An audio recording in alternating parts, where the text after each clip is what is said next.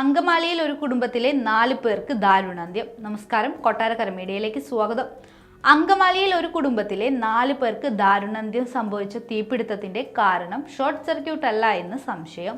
മുറിയിൽ short circuit ഉണ്ടായതിന്റെ സൂചനകളൊന്നും പ്രാഥമിക പരിശോധനയിൽ പോലീസിനെ കണ്ടെത്താൻ സാധിച്ചിട്ടില്ല.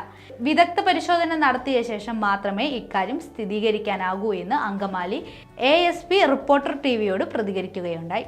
അങ്കമാലി പറക്കുളത്ത് വ്യവസായിയായ ബിനീഷ് കുര്യൻ, ഭാര്യ അനു, മക്കളായ ജോവാന ബിനീഷ്, ജസിൻ ബിനീഷ് എന്നിവരാണ് മരിച്ചത്. ഇരുനില വീടിന്റെ മുകൾ നിലയിലെ മുറിയിലായിരുന്നു ദമ്പതികളും 2 മക്കളും കിടന്നുറങ്ങിയത്. ഈ മുറിയിൽ മാത്രമാണ് തീപിടുത്തമുണ്ടായത്. മറ്റു മുറികളിലേക്കൊന്നും തീ പടർന്നിട്ടില്ല. ആധുനിക സൗകര്യങ്ങളോട് കൂടിയ വീടായതിനാൽ ഷോർട്ട് സർക്യൂട്ടിനുള്ള സാധ്യത വിരളമാണ്. അതേസമയം മുറിയിൽ എയർ കണ്ടീഷണർ പ്രവർത്തിച്ചിരുന്നു.